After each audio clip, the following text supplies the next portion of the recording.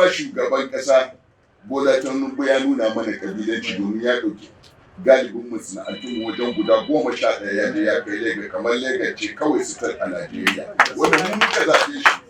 Dole ne mu fito mu faɗa ba tare da tsoron kowa ba, don haka kabilanci su suka halatta shi, don haka idan mun yi shi babu laifi. Wallahi kuwa kan ku tallaki wannan ya daura kafar wannan ya daura kafar wannan duk aka ja guda ɗaya sai dai a ja ku gaba ɗaya, in ba haka ba wallahi ɗan siyasa wallahi sai mun ya haka ku za mu yi kwata-kwata mu kungiyar ta bushe saboda dan ba za mu biya bukata da ku ba. In za a cutar da mu za mu yi kiran wa'annan kungiyoyin kasuwa mu ce kowace kasuwa ta taho da mutum 200 mu targa bansa da mutum 5,000 ice ba zai mana abin da yake so ba.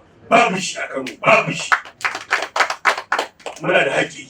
Mun yi rigima da EFCC, mun yi da 'yan sanda, mun zo mun yi da CBN, mun zo mun yi da DSS, mun zo mun yi da 'yan damfara. Haka wani ke ta fama wanda rago mutanen gari wanda kullum suke tsine wanda suke muka ta da dala mun kai kaza kaya su kai sa.